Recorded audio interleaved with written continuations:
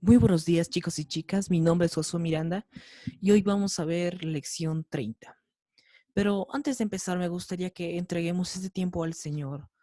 ¿Les parece? Padre Santo Dios, te damos gracias, Señor, por este día, Padre. Te damos gracias, Señor, porque nos permites estar reunidos aquí, Padre. Y te pido, Señor, que protejas a los que la están pasando mal, Señor, los que tienen enfermedad o no tienen algo, Señor. Provéeles de cualquier cosa que necesiten, Señor, y provéeles de salud, Señor. Te damos gracias, Padre, en el nombre de tu amado Jesús. Amén. Antes de empezar con la lección 30, que es el día de la venida del Señor, me gustaría que recordemos un poquito qué vieron o qué vimos en la lección anterior.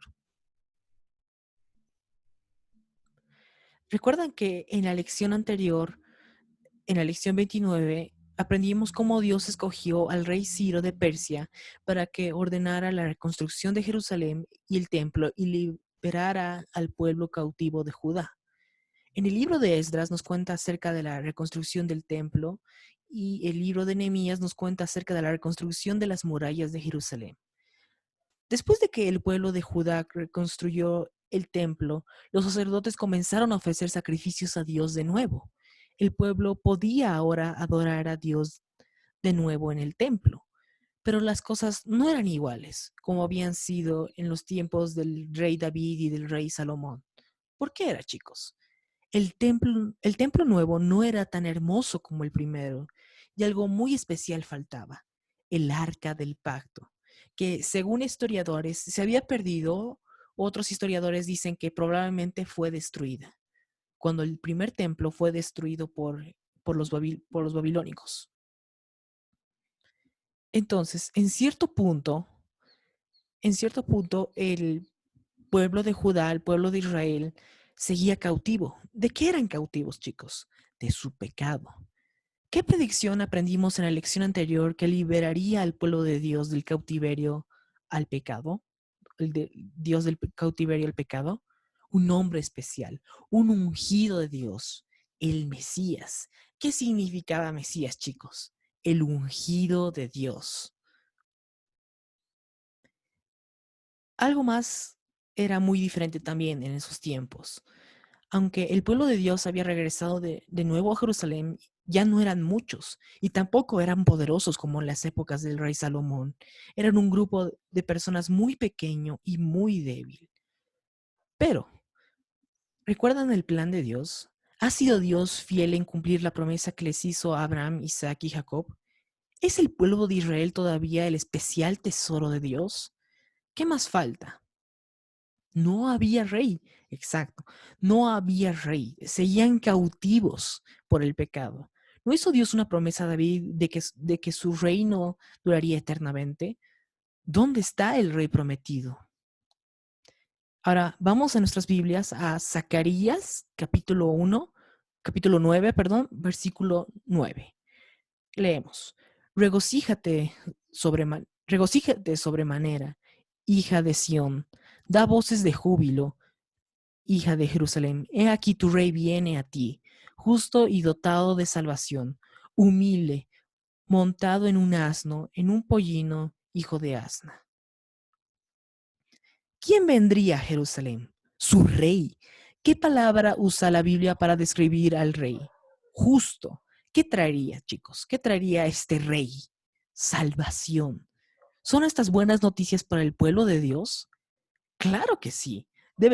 Son unas increíbles noticias para un pueblo que ha sido pisoteado y ha sido destruido en muchas ocasiones. ¿Ha recordado Dios la promesa que Él hizo hace mucho tiempo? ¿Cómo reconocería el pueblo de Israel a su nuevo rey? ¿Qué pista nos da este versículo? Un rey sobre un asno. Aunque el pueblo de Dios había regresado a su tierra y podía adorar otra vez en el templo, les hacía falta un rey. Todavía seguían siendo gobernados por un rey de otra nación, el rey Ciro de Persia. Pero Dios es fiel. Él no había olvidado sus promesas. Dios les enviaría a su rey. Así que el pueblo esperó y esperó, pero no llegaba el rey. Ellos buscaron a su rey, pero él no vino. Y Dios mandó a otro profeta llamado Malaquías a su pueblo. Él tenía un anuncio muy importante para el pueblo de Dios, otra predicción. Así que vamos a nuestras Biblias, chicos, a Malaquías, capítulo 3, versículo 1, que dice así: He aquí yo envío a mi mensajero y él preparará el camino delante de mí. ¿A quién enviaría Dios para preparar el camino antes de que él viniera? A su mensajero. ¿Qué haría este mensajero? Preparar el camino. ¿Qué crees que significa eso? En un momento vamos a responder. Pero por ahora busquemos en nuestras Biblias Malaquías capítulo 4 del versículo 5 al 6. He aquí yo os envío al profeta Elías antes que venga el día del Señor, día grande y terrible. Él hará volver el corazón de los padres hacia los hijos y el corazón de los hijos hacia sus padres. Este mensajero iba a ser alguien como el profeta Elías. No iba a ser Elías, iba a ser alguien como el profeta Elías. Él prepararía el camino para el rey, que vendría preparado para los corazones del pueblo. El propósito de este mensajero su propósito era que iba a preparar los corazones del pueblo, como alguien, como un granjero que prepara la tierra para que la semilla reciba la lluvia. Ese iba a ser el propósito de este mensajero. Dios tiene una manera especial para describir cómo sería la llegada del rey. ¿Cuál es? El día del Señor grande y terrible. ¿Crees que el pueblo esperaría con entusiasmo algo grande y asombroso? Sería como esperar Navidad o tu cumpleaños. ¿Sería algo que tú querrías que sucediera pronto? Ya, continuemos, chicos. Ahora, me gustaría que ahorita donde están, agarren sus Biblias y vean después de Malaquías, ¿qué hay? No hay nada, ¿verdad? No hay nada. ¿Por qué? ¿Por qué había esto, chicos? Ahorita les explico. El pueblo de Dios esperó por 1 año, luego 2, luego 3, y aún 10 años, pero ningún mensajero vino para preparar el camino del rey. Ellos esperaron 20 años, luego 30 años, pero no había mensajero ni rey. Ellos esperaron 80, luego 100 años, hasta 200 años, pero todavía no había mensajero ni rey. Ellos esperaron 300 años. Luego de 400 largos años, escuchen esto, después de 400 años, pero todavía no había mensajero ni rey. ¿Dónde estaba el mensajero? ¿Dónde estaba su rey? Imagínense esperar así por 400 años, chicos. Esperar 400 años es demasiado tiempo. Y 400 años son los años de que Dios no habló, no envió más profetas, no envió más mensajeros, sino fue un periodo, los teólogos, los que estudian la Biblia, dicen que fue un periodo de silencio, de que no hubo palabra de Dios ni nada.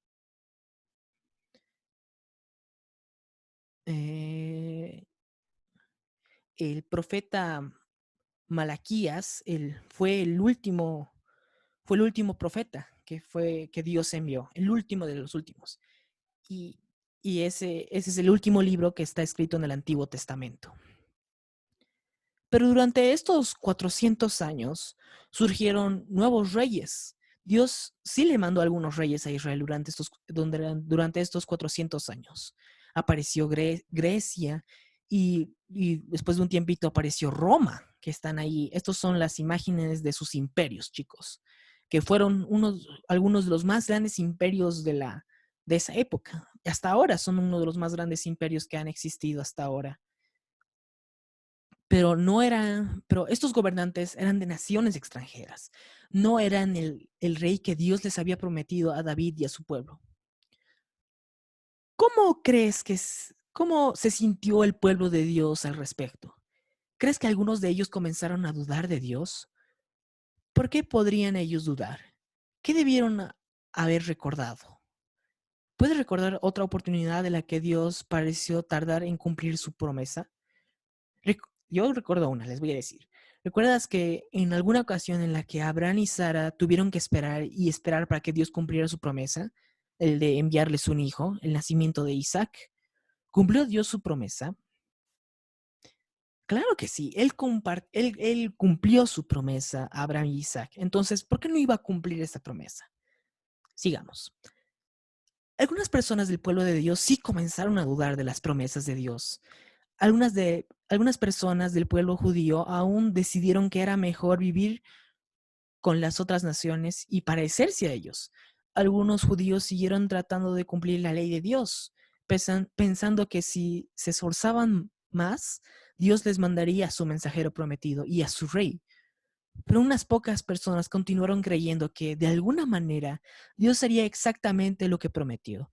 Ellos tenían fe en Dios, porque sabían que Él es fiel a todas sus promesas.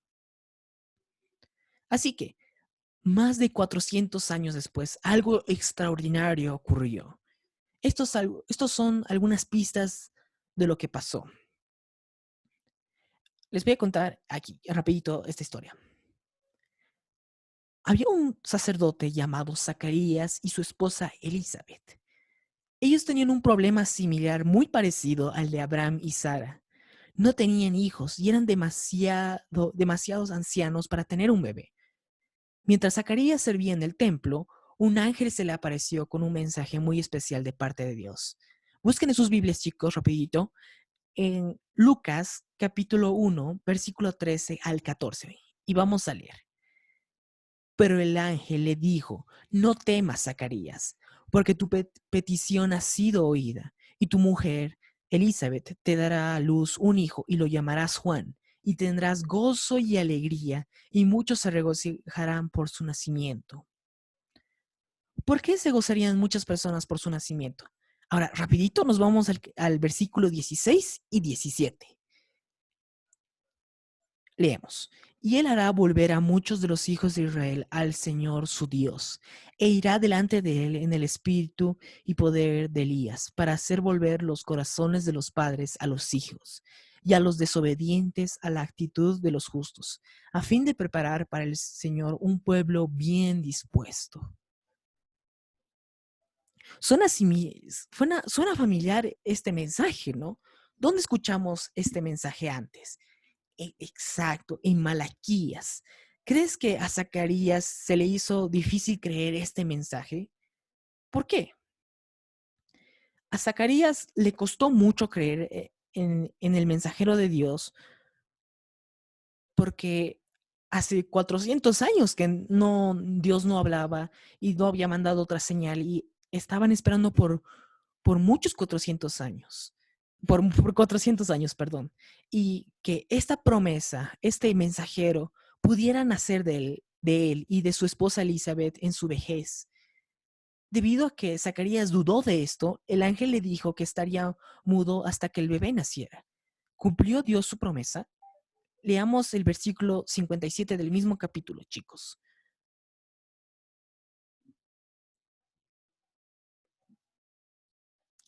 Cuando a Elizabeth se le cumplió el tiempo de su alumbramiento, o sea, de su embarazo, dio a luz un hijo.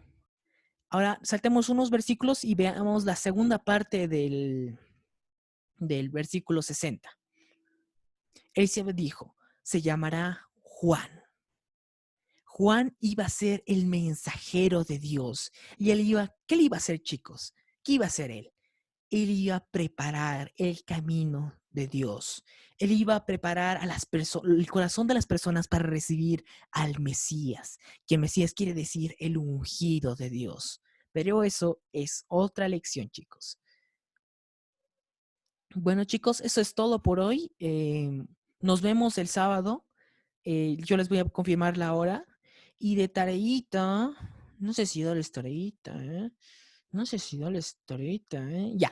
¿Qué les parece si solo les voy a dar un un versículo para que memoricen? Y va a ser súper cortito. Juan capítulo 1, versículo 11. Ese, ese versículo quiero que memoricen, chicos. ¿Qué les parece? Fácil, ¿no? Bueno, nos vemos. Dios los bendiga. Dios los guarde. Hasta luego.